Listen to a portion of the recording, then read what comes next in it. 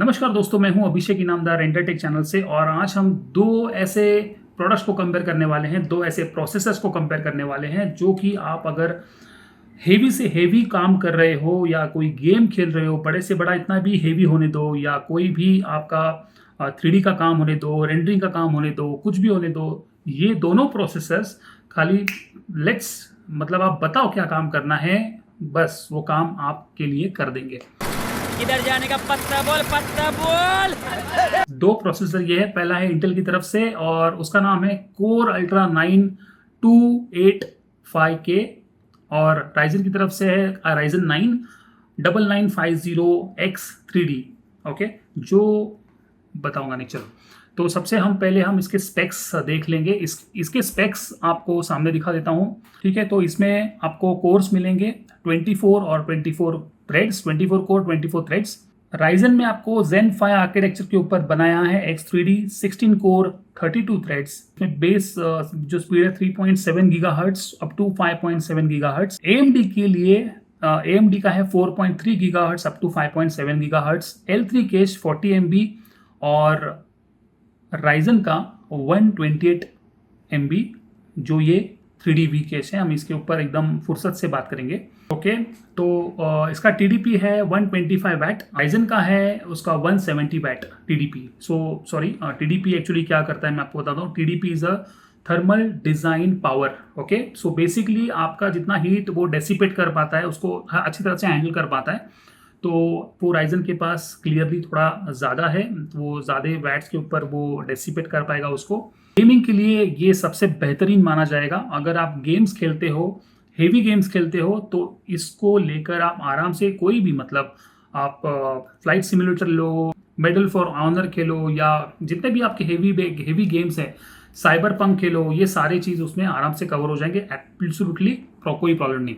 चलो पहला हम इंटेल के बारे में बात करेंगे। अगर इंटेल का अगर आप गेमिंग करते हो तो एब्सोल्युटली आपको एज सच कोई लैग नहीं होने वाला और ना ही कोई आपको कुछ इतना महसूस होगा, क्योंकि वो absolute top the line of the product है। बट इसी में अगर आप राइजन का वो जो X3D वाला प्रोसेसर है वो लोगे तो इसमें आपको जीरो लैटेंसी आपको मिलेगी ही नहीं और बेहतरीन एकदम बटर स्मूथ चलेगा, दैट इज़ फॉर श्योर। और अभी हम आएंगे प्रोडक्टिविटी में। तो प्रोडक्टिविटी में क्या होता है जनरली, अगर आपका हाई एंड रेंडरिंग सिस्टम बनवाना है तो आपके पास ज़्यादा कोर्स होने चाहिए, ज़्यादा थ्रेड्स होने चाहिए, no doubt about it. But अगर आपके पास L3 केस ज़्यादा है तो सबसे बड़ा आपका बेनिफिट क्या है कि आपका जो लैटेंसी है वो ख़त्म हो जाएगा रेंडरिंग का भी। तो लेट्स से मैं एक छोटा सा एग्जांपल लेता हूँ। अनरियल में जब भी आप सीन ओपन करते हो तो वो शेडर को कंपाइल होने के लिए कुछ टाइम लगता है। तो वो जनरली अगर आप देखोगे इंटेल में वो थोड़ा सा टाइम लेता है, अभी भी लेता है। बट अगर आप इसमें ओपन करोगे राइजन में X3D में ओपन करोगे तो आपको मतलब लिटरली कुछ सेकेंड्स ले लेगा और पूरा का पूरा सीन ओपन करके दे देगा, शेडर कंपाइल करके दे देगा, कोडिंग कंपाइल करके दे देगा। तो उसमें आप लैग भूल ही जाओ, that is the best processor. ठीक है, वो एकदम फ्लैगशिप प्रोडक्ट है, अच्छा प्रोडक्ट मार्केट में है। तो ऐसा क्या है, तो उसमें AI और NPU है। AI मतलब थोड़ा सा उन्होंने न्यूरल प्रोसेसिंग यूनिट उन्होंने डाला हुआ है। तो अगर आप कोई लोकल एप्लीकेशन आपके सिस्टम में चलाते हो, देखो मैं कोई भी मिड जर्नी के बारे में या रनवे ML के बारे में या क्लिंग AI के बारे में बात नहीं कर रहा, क्योंकि वो चीज़ आपके लोकल PC में नहीं चलता। मैं लोकल के बारे में बात कर रहा हूँ, मतलब जैसे कि फ्लक्स हो गया या फिर कॉम्फी UI हो गया, ठीक है, जो आपको लोकल PC में चलाना है।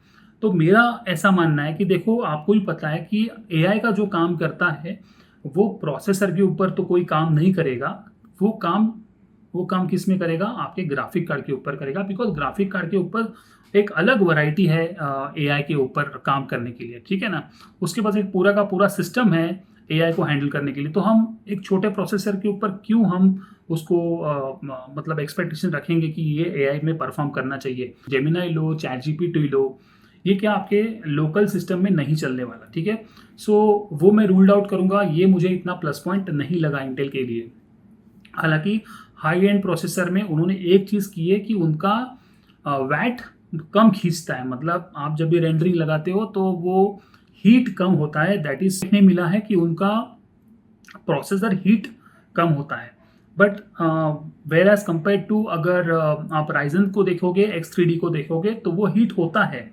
देखो मैं एक चीज़ बोलता हूँ, उसके पास पावर ज़्यादा है, उसके पास 3D कैशिंग है, ज़्यादा कोर्स है, वो ज़्यादा काम कर रहा है, तो ज़्यादा काम होगा तो हीट तो जनरेट होगा कि नहीं होगा। इसके लिए उसका TDP 170 वैट है ना, और इसका 125 वैट है। उसका ज़्यादा जो थ्रेशहोल्ड है वो ऊपर का है, इसका थ्रेशहोल्ड थोड़ा सा नीचे है। तो अगर आप ये दोनों भी प्रोसेसर लगाते हो तो आपको एक लिक्विड कूलर की ज़रूरत पड़ती है, ये ऐसे फैन के ऊपर तो नहीं रखोगे। तो ये जो प्रोसेसर्स हैं इसको अच्छा कूलिंग सिस्टम लगता है सब सारा चीज़ हैंडल करने को। So back to the point, इस मतलब हाई एंड सिस्टम को 3D रेंडरिंग के लिए, ये प्रोडक्टिविटी के लिए या गेमिंग के लिए अभी के लिए मुझे ये जो राइजन का 9950 X3D है ये सबसे ज़्यादा विनर लगता है। ठीक है, अब हम आएंगे प्राइस कंपैरिजन करने के लिए। ठीक है, सो प्राइस कंपैरिजन अगर आपने देखा होगा, सो लेट्स से मैं इंटेल के बारे में बात कर रहा हूँ, इंटेल 9, तो ये पड़ता है 55,400 और वेरस राइजन 9950 X3D जा रहा है 69,700। ठीक है, दोनों में फ़र्क कितने का है? दोनों में फ़र्क खाली 14,000 रुपया का फ़र्क है। तो अगर मुझे पूछा कि लेट्स से अगर आपने को एक मल्टी कोर वाला अच्छा सिस्टम बनाना है जिसमें अच्छा प्रोसेसर होना चाहिए, बहुत ज़्यादा रैम होना चाहिए और अच्छा ग्राफिक कार्ड मस्त लगना चाहिए 5070 5080 का, जो मुझे मेरे अनरियल इंजन को, वेंटेज को या लुमियन को बहुत अच्छा रेंडरिंग दे, बहुत अच्छा सपोर्ट करे, कहीं भी लैग ना करे, तो क्या लगता है आपको, आप 14,000 के लिए सोचोगे क्या कि उसमें 14,000 कम है तो मुझे L3 कैश कोई फ़र्क नहीं पड़ता? L3 कैश किसके लिए बनाई है? L3 कैश उसके लिए बनाई है ताकि आपको लैटेंसी ना मिले, आपको बेटर स्मूथ एक्सपीरियंस मिले। तो इस वक्त मेरा वर्डिक्ट है कि मैं AMD राइजन के लिए जाने वाला हूँ एज ऑफ अगस्त 2025। आगे अगर इंटेल ने अगर डाउन द लाइन कुछ अच्छे प्रोसेसर या अपडेट्स उसमें लॉन्च किए तो आई डोंट नो, बट अभी के लिए value for money AMD Ryzen 9950 X3D है, क्योंकि 14,000 एक्स्ट्रा पे करने के बाद बाकी अपना कुछ भी चेंज नहीं होने वाला। ग्राफिक कार्ड, मदरबोर्ड, PSU वगैरह सब कुछ सेम होने वाला है, खाली आपका प्रोसेसर ही चेंज होगा। तो ऐसे वक्त में मैं 14,000 के लिए नहीं देखूंगा, क्योंकि ये मेरा प्रोडक्टिविटी का PC है, ना ही मेरा खाली गेमिंग का PC है। अगर खाली गेमिंग होता तो मैं समझ जाता, बट अगर आपको गेमिंग भी करना है तो भी इसमें बेटर स्मूथ आपको एक्सपीरियंस मिलेगा, दैट इज फॉर श्योर। सो आपको ये वीडियो कैसा लगा मुझे कमेंट करके पक्का बताइएगा।